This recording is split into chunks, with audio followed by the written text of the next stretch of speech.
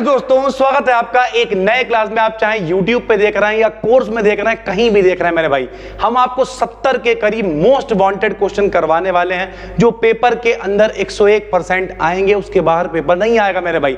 हालांकि 11 का जो पेपर होता है थोड़ा सा लोग खरीद खराद के ले आते हैं तो उल्टे सीधे क्वेश्चन बन जाते हैं, लेकिन ये जो 60 से 70 क्वेश्चन हम आपको कराने वाले हैं ये मोस्ट वांटेड है। आज ये पहली वीडियो आपको मिल रही है, 2 से 3 दिन के अंदर सारी वीडियोज हम अपलोड कर देंगे। उसके बाद अगर आपके हाफ ईयरली पेपर 7 तारीख से हैं, 8 से हैं, 10 से हैं, जब भी हैं, इस पूरी सीरीज को देखो और जाके पेपर को दे आओ जाके। चलिए सर शुरू करते हैं। फिलहाल जब हम ये वीडियो शूट कर रहे हैं तो रात का 12:30 बज चुका है, तो चलिए शुरू करते हैं इस वीडियो को और मचाते हैं हाफ ईयरली के अंदर। देखिए यहाँ पे क्या लिखा हुआ है, मिशन हाफ ईयरली एग्जाम। आगे आप लिख लेना 2024, 25, 26, जब कभी ये वीडियो देख रहे हो तब काम में आएगी मेरे भाई। सबसे पहला विकल्प में आपको क्वेश्चन मिलेगा कि भैया सार्थक अंक गिनने को आते हैं। ध्यान से सुनना, सार्थक का मतलब क्या होता है? कामयाब। कौन से अंक कामयाब है मेरे भाई? जैसे अगर हम कहें 1.203 तो अब देखने में लग रहा भैया 1, 2, 3, 4, अगर बीच में 0 है तो गिना जाएगा, लेकिन अगर पॉइंट के बाद 0 है नहीं गिना जाएगा, पॉइंट के पहले 0 है नहीं गिना जाएगा।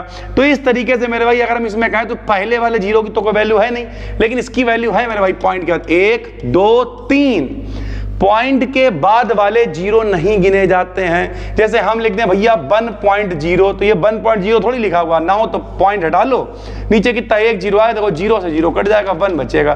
तो 1 के बाद 1, 2, 3, 4 कितने भी 0 लिखते रहो उससे कोई फर्क नहीं पड़ता है। यानी वो अंक जिनकी वैल्यू है, जिन्हें आप गिनोगे, वो सार्थक अंक है, बाकी सारे अंक बेकार है मेरे भाई। तो अगर मान लिया यही वाला आ जाता तो बहुत अच्छी बात है, वरना जो भी आपसे पूछा जाए सार्थक अंक कितने हैं तो आप गिन लेना, जितने अंक टोटल आपको लग रहा है कि काम के हैं वही सार्थक अंक है मेरे भाई। तो ये क्वेश्चन विकल्प में बन जाता है। दूसरा क्वेश्चन देखिए मेरे भाई, एक प्रकाश वर्ष। ध्यान से सुन लो, अगर बाई चांस प्रकाश वर्ष की आपसे परिभाषा पूछ ली जाए तो हम साथ में बताते हुए चल रहे, ध्यान से सुनना सारी चीजों को।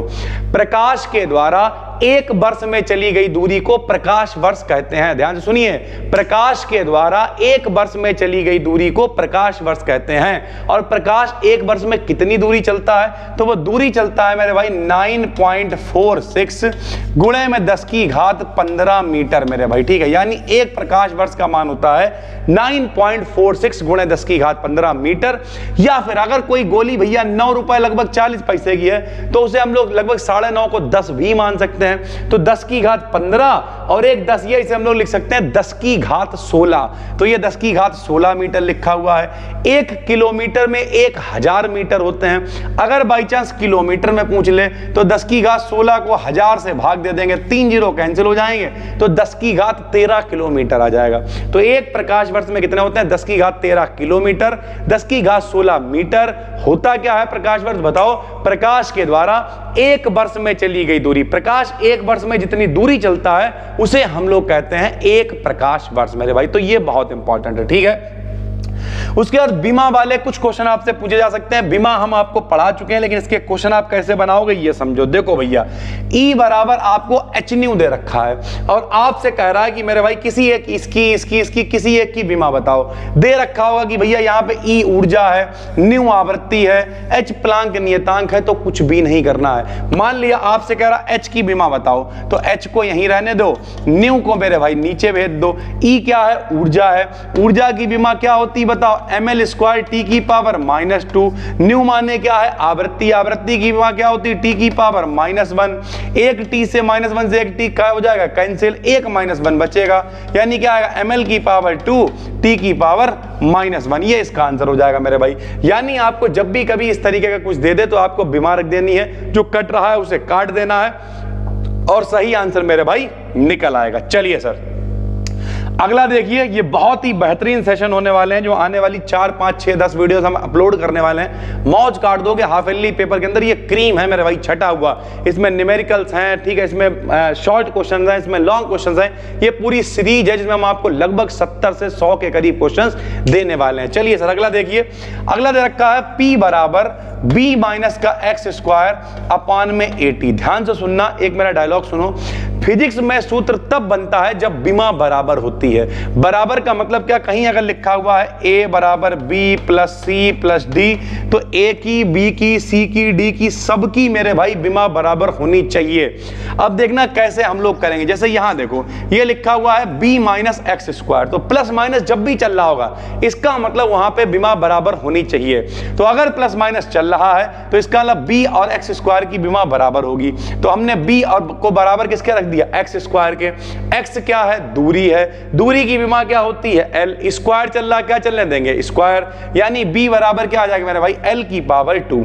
उसी तरीके से मेरे भाई अगर हम लोग इसे अलग अलग करके लिखें तो p आएगा बराबर 80, इसके नीचे आएगा तो b अपान 80 आएगा, माइनस एक्स स्क्वायर के नीचे आएगा तो एक्स स्क्वायर बटे 80 आएगा। फिर बनाया सूत्र तब बनेगा जब विमा बराबर होगी, इसकी, इसकी, सबकी विमा बराबर होगी।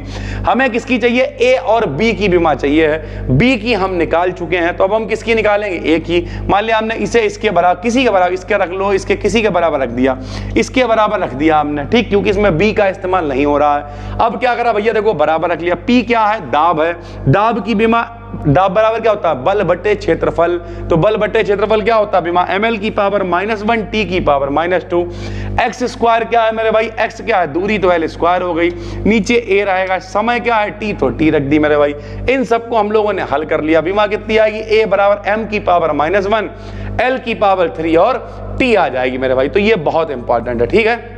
अगला कुछ और क्वेश्चंस हैं मेरे भाई, इन्हें भी देखो। जैसे अगर आपसे पूछे स्थिति समय ग्राफ क्या दिखाता है, तो स्थिति मतलब क्या, सरल भाषा में दूरी कह लो, और समय मतलब क्या, समय मतलब समय। चाल बराबर होता है दूरी बटे समय। अगर दूरी कह रहा होता, अगर दूरी समय ग्राफ, तो हम लिख देते चाल आंसर, लेकिन ये क्या कह रहा है, स्थिति समय, तो ये हमेशा क्या दिखाएगा, वेग दिखाएगा। ये सब 1-1, 2-2 नंबर वाले क्वेश्चन है। आप ये मत सोचना कि इस पूरी सीरीज में हम ऐसे छोटे क्वेश्चन नहीं लाएंगे, छोटे बड़े जैसे आप पाएंगे सर, ठीक, जो पेपर के लिए मोस्ट वांटेड है वो सब हम आपको हल कराने वाले हैं, ठीक है। चलिए, और ऐसी ही केमिस्ट्री की सीरीज भी आपको मिलने वाली है, तो टेंशन नहीं लेनी है। इस चैनल को सब्सक्राइब करो, कोर्स में देख रहे हो तब भी कोई टेंशन नहीं, यहीं पे पीडीएफ अपलोडेड है, मन लगा के पढ़ो, बढ़िया से पेपर दे के आओ। न्यूटन प्रति किलोग्राम किसका मात्रक है, तो न्यूटन प्रति किलोग्राम है मेरे भाई गुरुत्वीय विभव का मात्रक। किसका मात्रक है, गुरुत्वीय विभव का मात्रक। क्यों, क्योंकि b बराबर होता है मेरे भाई, b बराबर होता है F/m, सर, ठीक है। यह है न्यूटन प्रति किलोग्राम, गुरुत्वीय विभव का मात्रक है, b बराबर होता है F/m, यानी क्या आ जाएगा बताओ, m माने द्रव्यमान, F माने क्या है, बल, बल का मात्रक न्यूटन, और द्रव्यमान का मात्रक क्या होता है, किलोग्राम मेरे भाई, ठीक है। अगला देखो, अगला है वेग समय ग्राफ क्या दिखाता है, तो वेग समय ग्राफ दिखाता है त्वरण को, क्योंकि त्वरण बराबर क्या होता है, वेग परिवर्तन बटा समय, त्वरण बराबर वेग परिवर्तन बटा समय, तो वेग समय ग्राफ क्या दिखाएगा, त्वरण को दिखा देगा।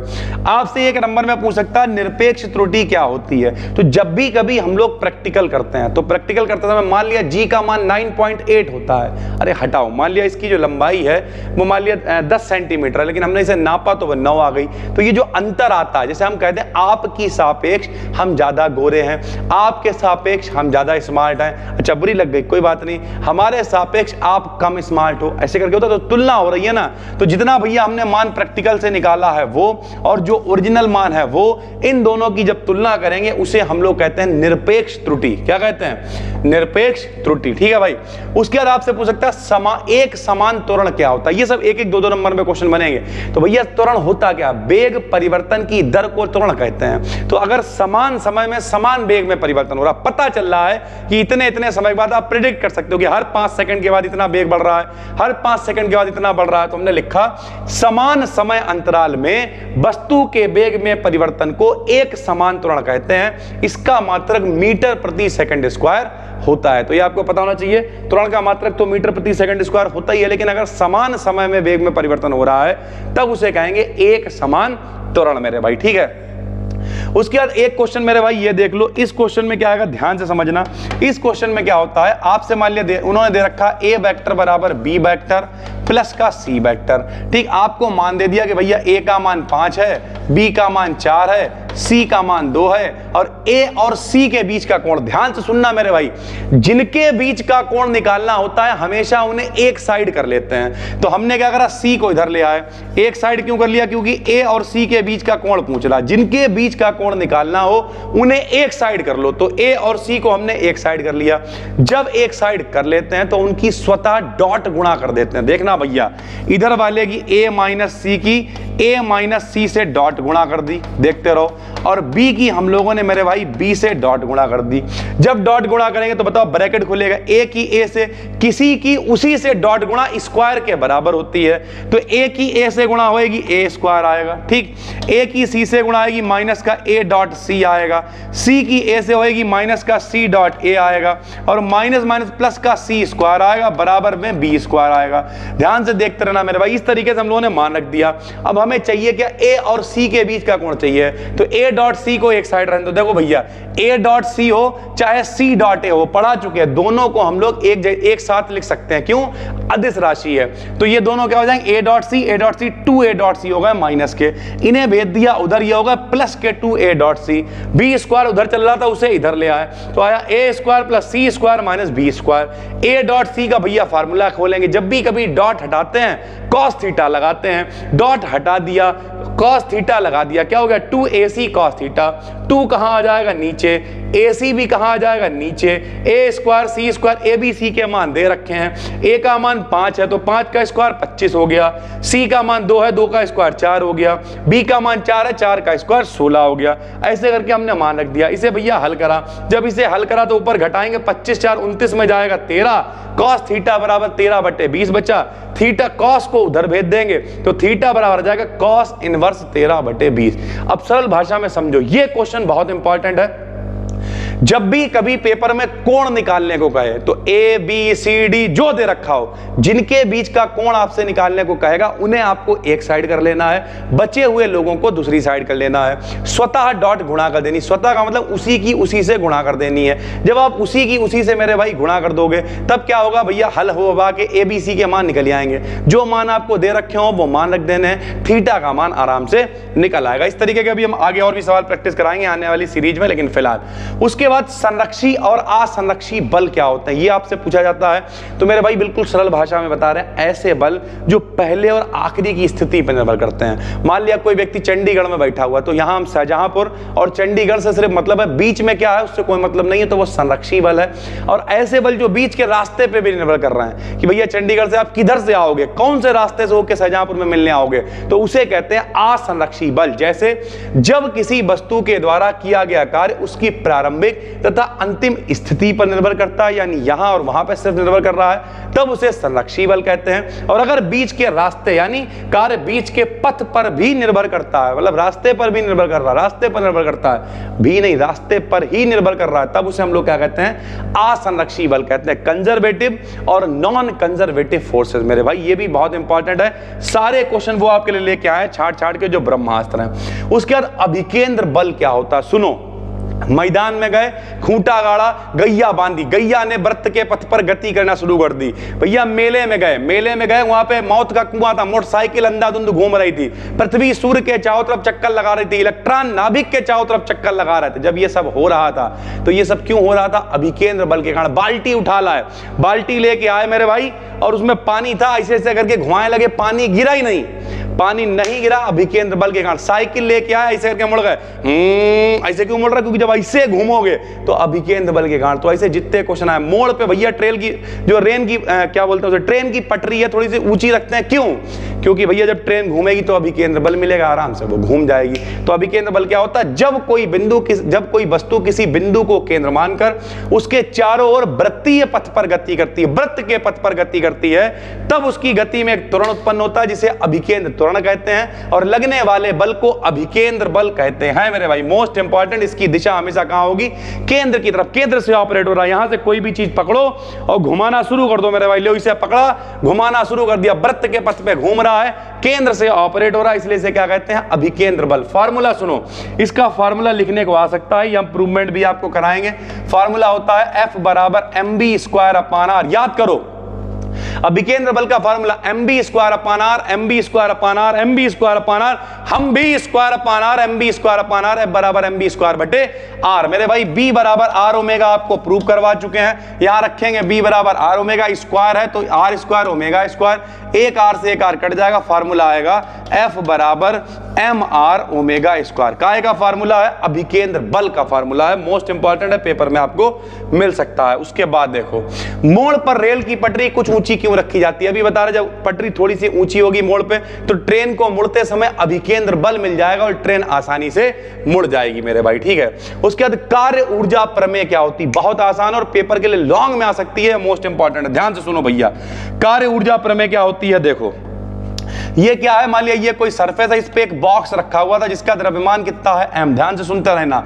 इस पे लात मारी, बेग कितना हो गया b, और ये यहां आ गया, इसने दूरी कितनी तय कर ली मेरे भाई s। पहले रखा हुआ था तो भैया जो पहले वाला बेग होता है उसे प्रारंभिक बेग कहते हैं, u से लिखते हैं। जो अंतिम बेग बाद वाला होता है उसे भैया b से लिखते हैं। तो पहले वाला जो बेग है वो कितना है? 0 है। लात मारी, ये चल पड़ा तो बाद वाला बेग कितना है? b है। जब ये चल पड़ा तो भैया दोनों के बीच की दूरी कितनी है मेरे भाई? s बीच की दूरी है, ठीक। अब देखना खेल, जो था वही लिख दिया।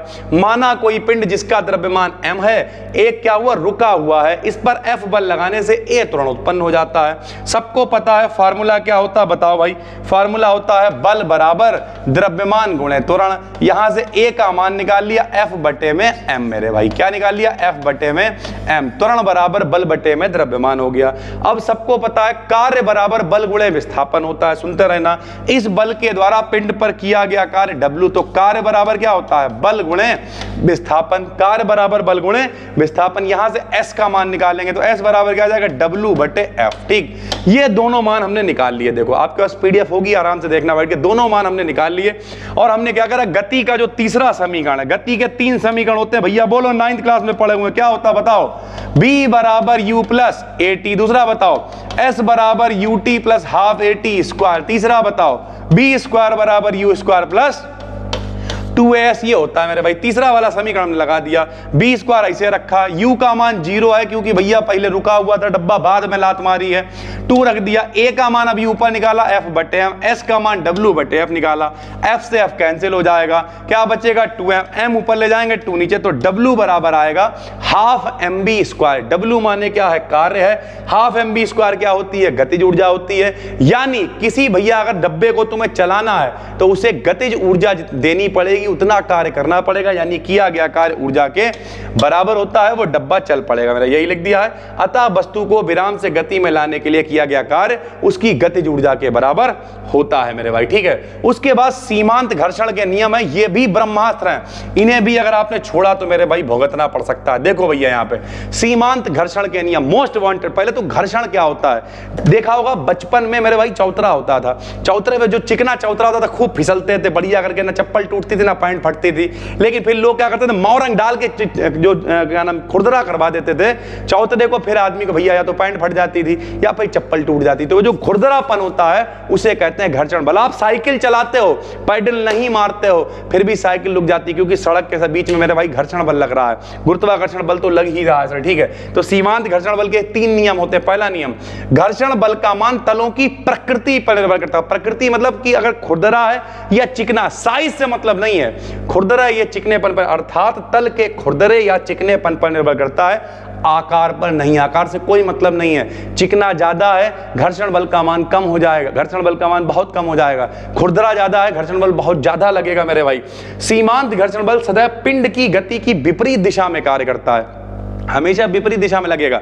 साइकिल चल रही है आगे तो घर्षण बल पीछे की तरफ लगेगा, उसे रोकने की कोशिश करेगा। जितना खुरदरा आपको चलने से रोकेगा तो हमेशा घर्षण बल का मान विपरीत दिशा में कार्य करता है। सीमांत घर्षण बल का मान प्रतिक्रिया बल के समानुपाती होता है। सीमांत घर्षण होता क्या, पहले तो ये समझो भैया। घर्षण को कहते हैं फोर्स ऑफ फ्रिक्शन, तो F से लिखते हैं, और सीमांत के लिए स्टैटिक। मान लिया कोई चीज रखी हुई है, उस पर दम लगा रहे हैं, तो एक टाइम आएगा जब वो चलने ही वाली होगी, उस समय उस कंडीशन को कहते हैं सीमांत घर्षण की कंडीशन। तो भैया Fs से लिखते हैं सीमांत घर्षण बल को। कह रहा प्रतिक्रिया बल, प्रतिक्रिया मतलब कितना रिएक्ट, अब मान लिया आप कर रहे हो क्रिया, तो प्रतिक्रिया भी तो मिलेगी आपको वापस। तो जो अभिलंब प्रतिक्रिया बल है उसके समानुपाती होता है घर्षण बल का मान कि कितना मेरे भाई आपको प्रतिक्रिया मिल पा रही है। प्रतिक्रिया को अंग्रेजी में क्या कहते हैं, अगर रिएक्शन कहते हैं तो रिएक्शन को क्या लिख देंगे, आर से। तो एफ समानुपाती किसके होता है, आर के। समानुपाती हटाते हैं, नियतांक लगाते हैं mu S into R. Mu S को मेरे भाई कहते हैं स्थैतिक घर्षण गुणांक, ठीक है, या फिर स्थैतिक घर्षण नियतांक कहते हैं, ठीक है भैया।